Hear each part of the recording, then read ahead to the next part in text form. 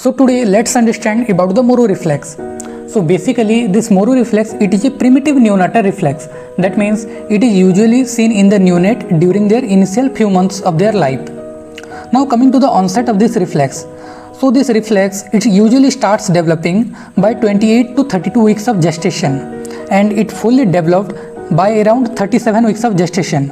So we can elicit this Moro reflex after the birth during the initial few months, and it usually disappears by around 3 to 6 months in normal infants. Now the question is that how to elicit this Moro reflex. So the process is very simple. First of all, we will raise the baby's head slightly, and then we will suddenly release the head while our hand will still support the neonate. That means we will just simulate a sensation of falling. So in response to that, what the baby will do, this child will open his hand, he will do extension and abduction of his arm, as you can see in the diagram 1, and then it will be followed by adduction and flexion of the arm with an audible cry. So that is the response of the child.